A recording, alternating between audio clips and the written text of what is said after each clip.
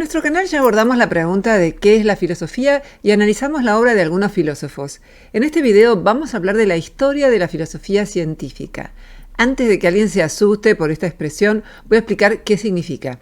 Refiere a la filosofía que se elabora en forma clara y precisa y en continuidad con los conocimientos científicos vigentes. Algunos autores prefieren usar otros nombres como naturalismo filosófico o cientificismo moderado.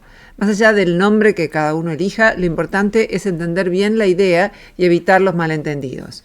No implica afirmar que la filosofía es una ciencia, ni reducir la filosofía a la ciencia, ni suponer que todo el conocimiento es científico, ni adoptar las ideas de los filósofos positivistas. La filosofía científica plantea que la ciencia y la filosofía comparten métodos y conocimientos, forman un continuo y se desarrollan en constante interacción, pero difieren en el alcance de las preguntas que abordan. La filosofía se centra en la construcción y crítica de conceptos y argumentos y recurre a conocimientos científicos para lograrlo. La ciencia fáctica utiliza el método hipotético-deductivo para formular teorías y ponerlas a prueba y emplea conocimientos filosóficos para lograrlo.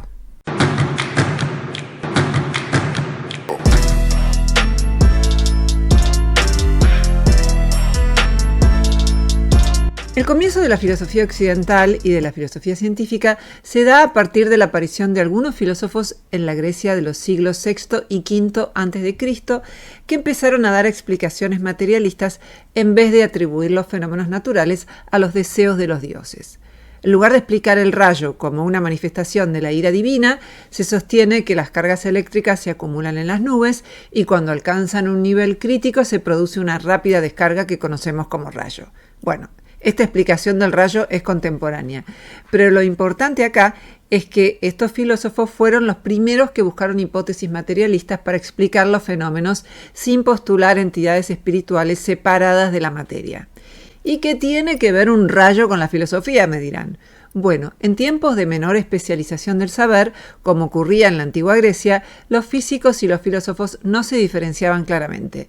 Después, con el avance del conocimiento y la especialización en las diversas disciplinas, la física se convirtió en un dominio de los físicos y la filosofía se ocupó de otros temas. Y en relación a la ciencia, entre otras cuestiones, la filosofía también se preocupó por saber cuáles eran las condiciones de posibilidad para hacer buena ciencia. No porque los científicos necesariamente deban seguir sus consejos, sino porque la filosofía estudia, entre otras cosas, cómo trabajan los científicos de diversas disciplinas. Probablemente en la escuela hayan oído mencionar a estos primeros filósofos llamados presocráticos. Eran tales Anaxímenes y Anaximandro y vivían en la ciudad de Mileto, ubicada en una posición estratégica para el comercio, que se convirtió en un centro próspero donde se cruzaron pueblos de distintas cosmovisiones. Tales de Mileto sugirió que el principio de todo lo existente es el agua, además de formular las primeras demostraciones geométricas. Anaxímenes, en cambio, dijo que el principio de todo lo existente es el aire. Anaximandro planteaba que si existían dioses, eran parte del mundo y estaban sometidos a los mecanismos de la materia. También propuso explicaciones mecanicistas de la lluvia, el arco iris y el relámpago. Hoy es una parte de la filosofía que puede resultarnos desactualizada, pero fue muy importante porque dejó de explicar los fenómenos de la naturaleza por acción de los dioses y se inauguró un modo de razonar propio de la ciencia que busca mecanismos impersonales. Esa explicación naturalista, que no recurría a los dioses, fue un antes y un después, un corte fundamental.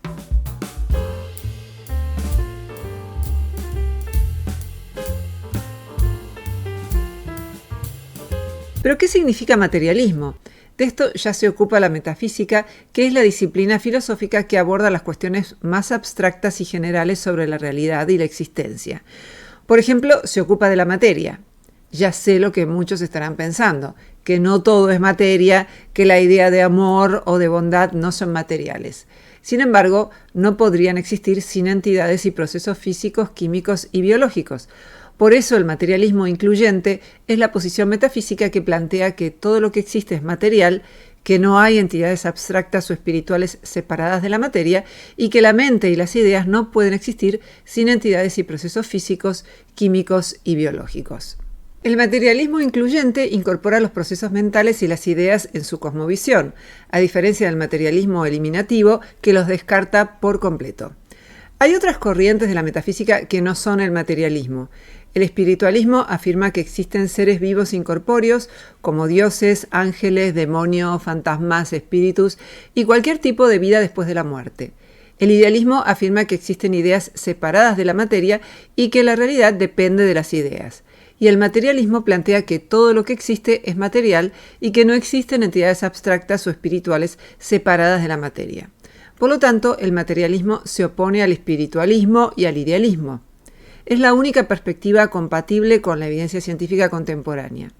La creencia en la inmortalidad del alma, sostenida por Platón, Agustín y otros filósofos, no cuenta con evidencias. Sobre el tema del alma hablamos en otro video.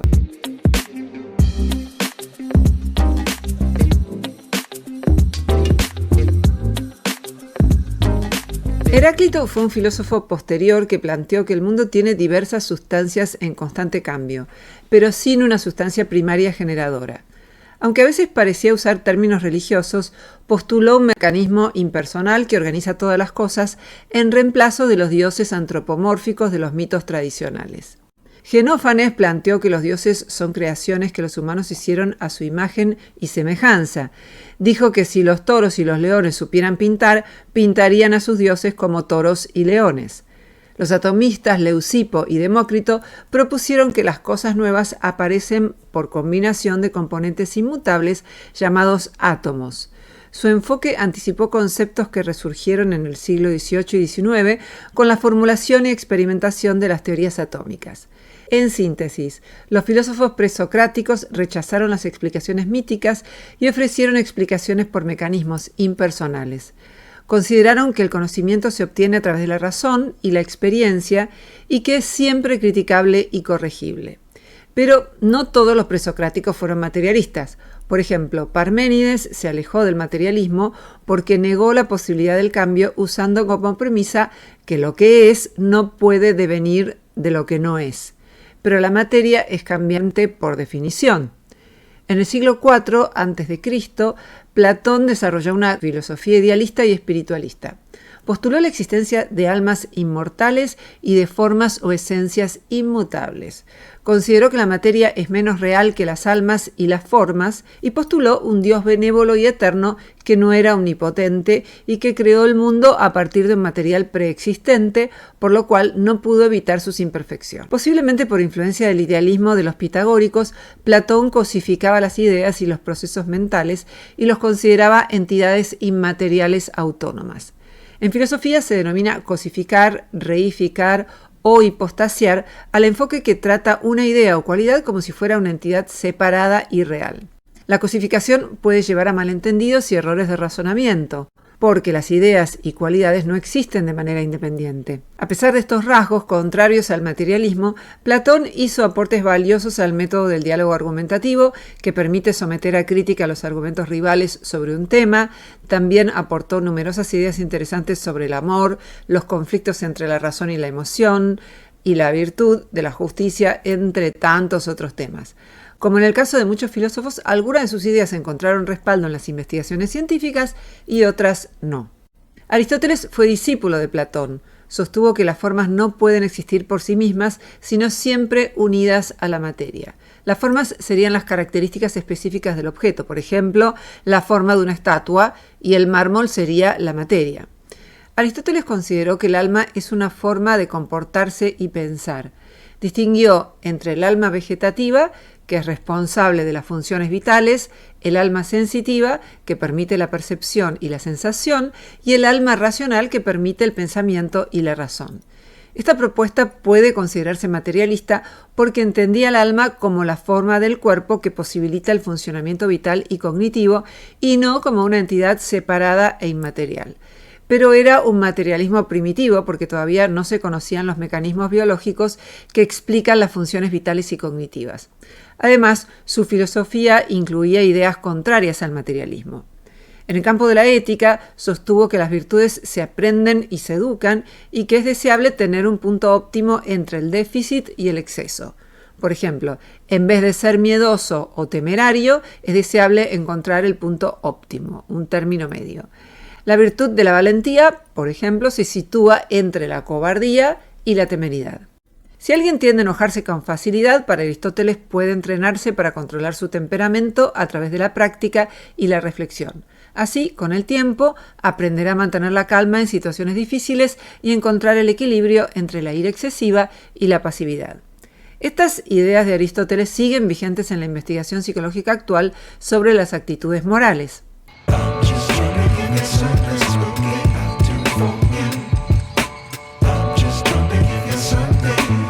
Aristóteles postuló un Dios impersonal y no creador, concebido como una entidad abstracta y trascendente, sin intenciones ni rasgos antropomórficos, pero que sería un motor inmóvil que mueve el universo. Aunque esta idea difiere de un Dios personal como el que proponen las religiones monoteístas, también entra en conflicto con el materialismo. Aristóteles fue el creador de la lógica, que es la parte de la filosofía que estudia las formas y principios generales que rigen el conocimiento y el pensamiento humano. Durante muchos siglos el conocimiento se basó exclusivamente en los aciertos de la lógica de Aristóteles. Identificó en esta esfera las primeras falacias lógicas, lo que permitió diferenciar los argumentos válidos de los inválidos, algo que representó un avance importantísimo para la filosofía y para la ciencia. En resumen, Aristóteles desempeñó un papel importante en el desarrollo del conocimiento filosófico y científico. Si bien algunas de sus ideas eran contrarias al materialismo, otras anticiparon conceptos que forman parte del materialismo actual. En los siglos siguientes surgieron varias escuelas que se focalizaron en cuestiones éticas, como lo hicieron Platón y Aristóteles. Los estoicos promovieron la aceptación serena de lo que no se puede cambiar, así como la diferenciación entre lo que está bajo nuestro control y lo que no lo está. Estos principios buscaban ayudar a las personas a sobrellevar el sufrimiento y encontrar un respaldo empírico en la terapia cognitiva contemporánea. El estoicismo plantea que todo el bienestar del individuo proviene de su interior, de cómo se toman las cosas, más que de lo que nos sucede. Hoy sabemos que esto es así, pero que si no hay un piso material básico para no caer en la pobreza extrema y si las personas no cuentan con 2 o 3 afectos cercanos, la mayoría de los seres humanos no puede vivir una vida plena. En síntesis, los estoicos en este sentido tenían razón. Mucho del bienestar depende de si vemos la mitad llena o la mitad vacía del vaso, pero no todo el bienestar depende de eso. Los epicúreos adoptaron una metafísica atomista y ateísta. Valoraron la amistad y el conocimiento y vivieron entre amigos, centrándose en la búsqueda de la felicidad. Para ellos, la felicidad significaba la ausencia de dolor y se lograba a través de la eliminación de obstáculos, de cosas que representan un obstáculo para la propia vida y a través de la presencia de acciones significativas, en lugar de la mera acumulación de placeres sensoriales efímeros. Era un hedonismo, pero un hedonismo sofisticado. Los estudios contemporáneos sobre el bienestar humano también apoyan muchas de las intuiciones que los epicúreos tuvieron sobre la felicidad y sobre el placer.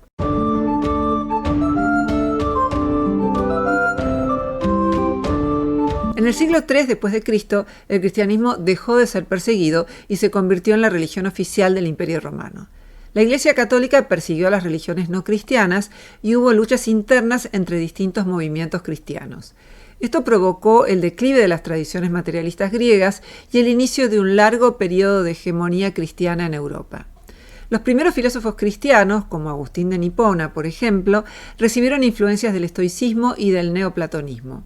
Las filosofías materialistas griegas no encajaban con la lectura literal de los dogmas cristianos y fueron rechazadas como herejías, y la filosofía de Aristóteles fue olvidada durante varios siglos.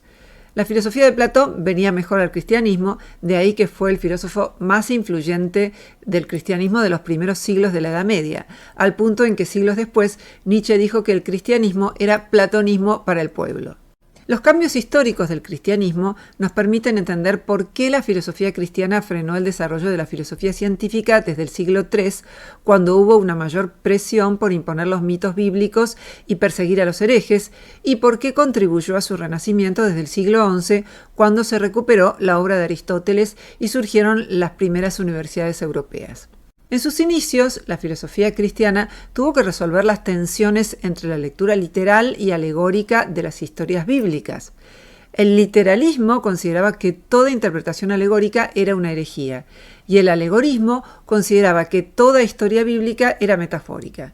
La Iglesia Católica adoptó una posición intermedia que interpretaba en forma literal ciertos fragmentos y en forma alegórica otros. Mantuvo la idea de un Dios personal capaz de premiar y castigar, que le permitía mantener un mayor control político y cultural sobre la población, en contraste con la idea de un Dios impersonal sin rasgos antropomórficos, que era menos apta para cumplir esa función. El alegorismo total se consideró sinónimo de ateísmo y el literalismo total fue minoritario hasta que resurgió con el protestantismo. A mí la que siempre me causó mucha gracia fue la teoría de la doble verdad, sostenida por varios filósofos y teólogos de la Edad Media, como Ramón Lull. Sostenía que había dos tipos de verdad, la verdad filosófica y la verdad teológica. La verdad filosófica se refería a las verdades obtenidas a través de la razón y la lógica, mientras que la verdad teológica se refería a las verdades reveladas por la fe y la religión. En esta perspectiva, ambas verdades no se contradecían entre sí, supuestamente, y podían coexistir. Rari, ¿no? Es como en las elecciones. Esto te lo digo en tanto candidato, pero si gano las elecciones voy a hacer otra cosa. Sin embargo, esta teoría no fue ampliamente aceptada en la Iglesia Católica, cuya posición oficial se inclinaba hacia la idea de que la verdad es una y no puede haber una contradicción entre la verdad de la fe y la verdad de la razón.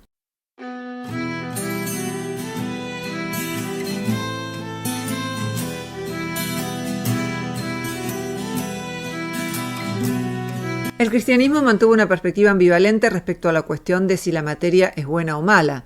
Por un lado la consideró buena por ser una creación divina y por otro lado la consideró mala por ser lo opuesto al espíritu y la fuente del mal, la corrupción y los pecados de la carne. Esa situación comenzó a cambiar en los últimos siglos de la Edad Media. En los siglos XI y XII, los textos de Aristóteles y de otros filósofos griegos y árabes se tradujeron al latín.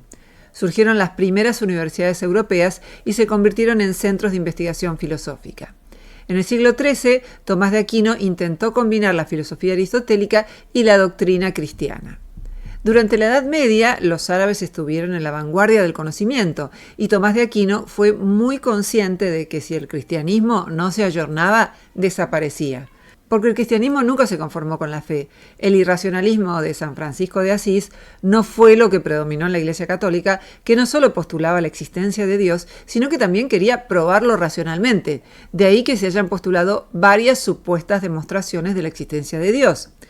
Esa pretensión en el nivel científico y filosófico fue desarticulada por la crítica de la razón pura de Kant, que planteó que una cosa es pensar que Dios existe y otra muy distinta es conocer que Dios existe. En el siglo XIII, Roger Bacon planteó el método hipotético deductivo, que consiste en generalizar leyes hipotéticas a partir de las observaciones y en hacer predicciones a partir de las leyes para ponerlas a prueba en experimentos.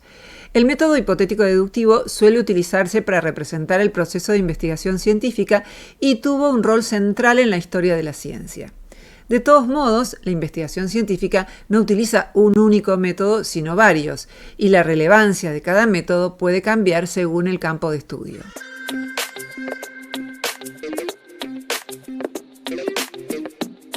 En el siglo XIII empezaron a surgir las primeras críticas a la física de Aristóteles, pero el cambio de paradigma ocurrió gradualmente entre los siglos XIV y XVII gracias a los aportes de Copérnico, Galileo y Newton.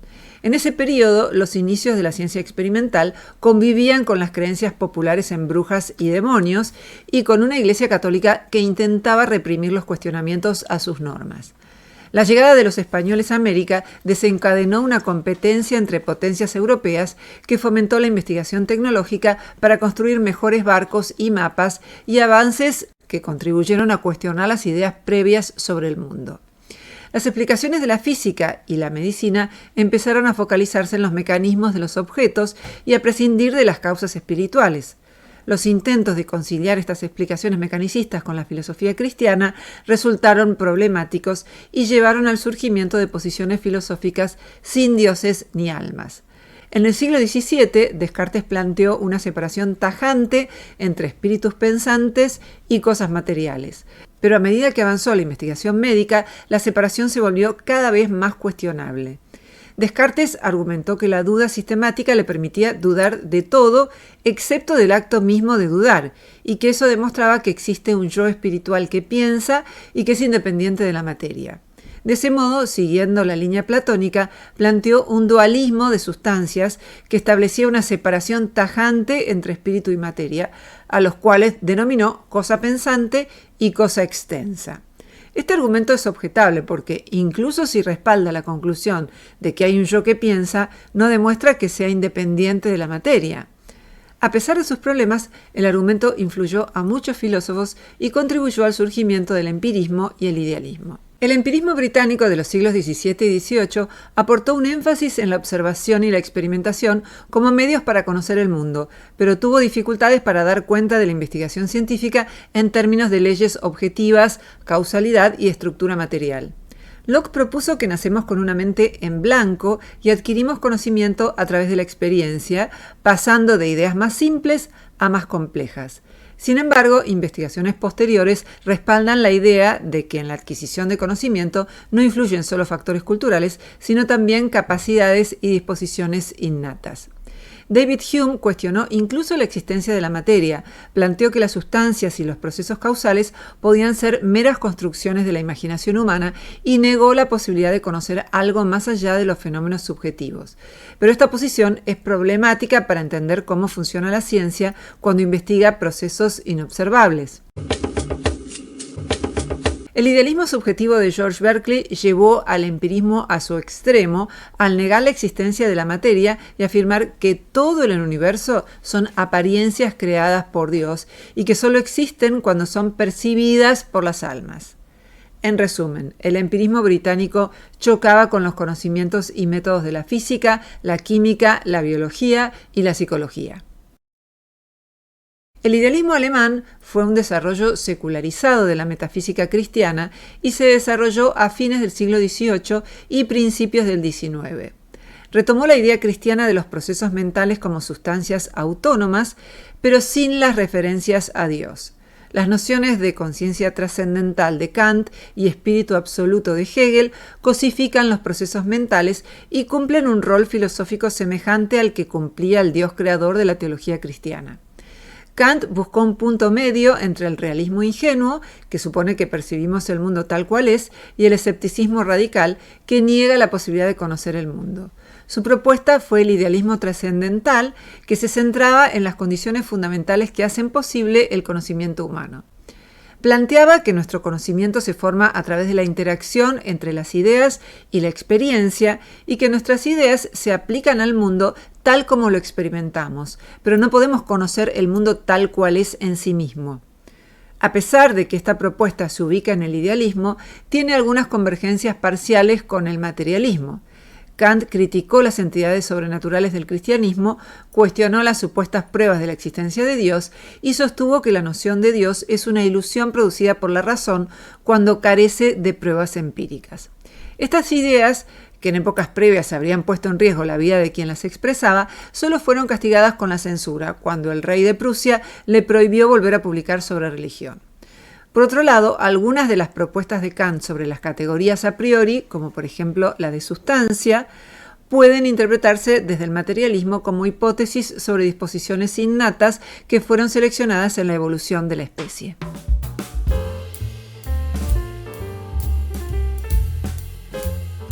En la década de 1840, el idealismo alemán ya estaba en declive debido a los avances de las ciencias.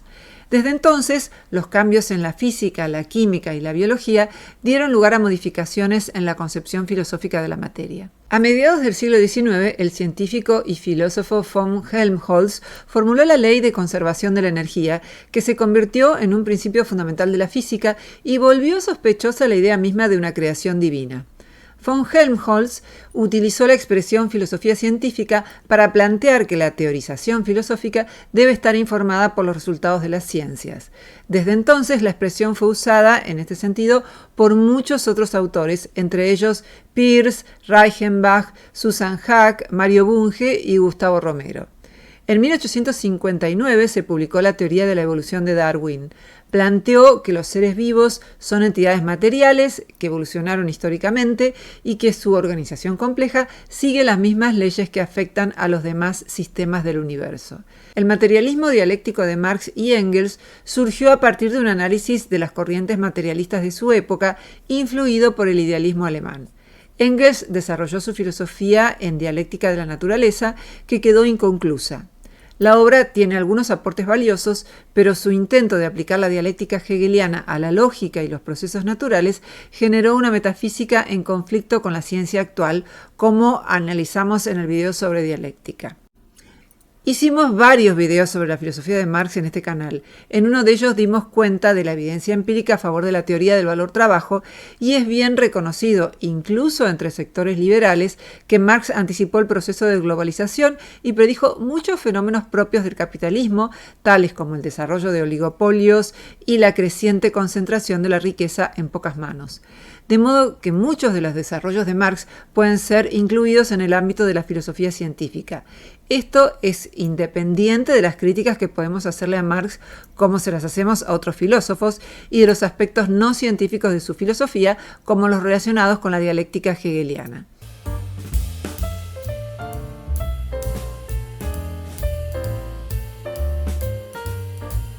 La filosofía analítica es una corriente filosófica del siglo XX que se centró en el análisis riguroso del lenguaje, los conceptos y sus ambigüedades. Incluyó a filósofos como Russell, Wittgenstein, Carnap, Ryle y Quine, entre muchos otros. Aportó hipótesis y conceptos que se utilizaron en programas de investigación científica, como los actos de habla y la identidad entre procesos mentales y cerebrales. ¿Puede entonces considerarse como una filosofía científica? En muchos casos sí, pero no en todos. La claridad conceptual y el rigor argumentativo son rasgos valiosos en cualquier corriente filosófica, pero no son suficientes, porque también es importante la vinculación con el conocimiento científico. Algunas obras de filosofía analítica aplicaron un lenguaje claro, pero adoptaron intuiciones y conjeturas que estaban desvinculadas del conocimiento científico. Por ejemplo, algunos filósofos analíticos postulan mundos posibles y los conciben como reales en vez de ficticios, sin resolver los problemas que genera esa posición acerca de cómo podríamos conocer esos mundos y cuál sería su relevancia para investigar el nuestro. Otro ejemplo son los filósofos analíticos que justifican sus argumentos apelando a supuestas intuiciones universales y no reconocen la necesidad de poner a prueba si las personas realmente tienen esas intuiciones o no.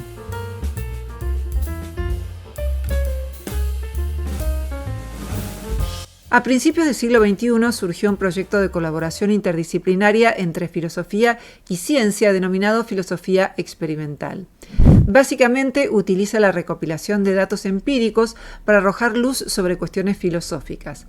Por ejemplo, se estudia la ética mediante experimentos psicológicos para comprender cómo las personas toman decisiones éticas en situaciones específicas.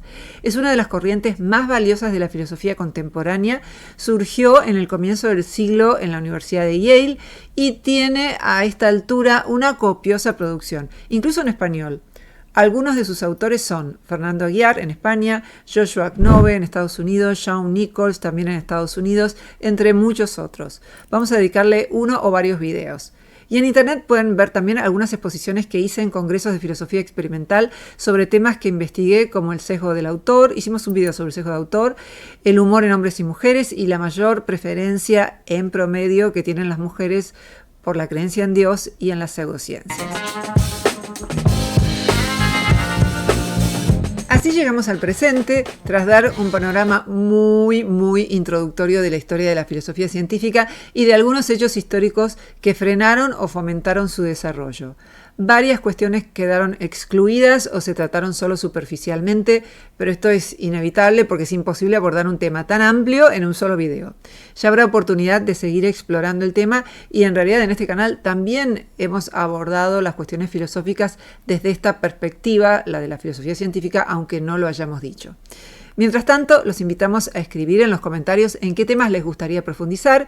Queremos también agradecer a los patrons, que son los micromecenas que nos ayudan a seguir adelante con este canal, y a todos los que llegaron hasta acá.